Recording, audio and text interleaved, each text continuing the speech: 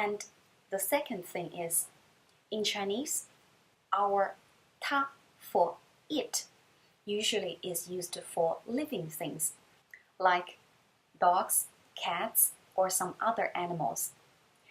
In Chinese, the 它 for it usually is not used for any objects, like table, chairs. We don't use 它 to refer it. But since in English we use it everywhere when we want to refer the things we mentioned ahead, like I like it, I want it.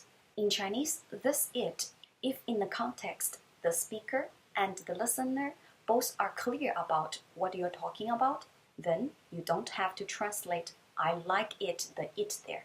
You can simply just say I like in Chinese, which is 我喜欢.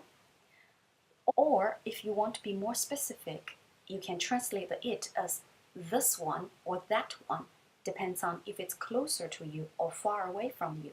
So you can say 我喜欢这个 or 我喜欢那个. And if you want to be more specific, then you need to refer your it very clearly what you want to say. For example, 我喜欢这个电影 this movie. Alright, that's for today. Thank you.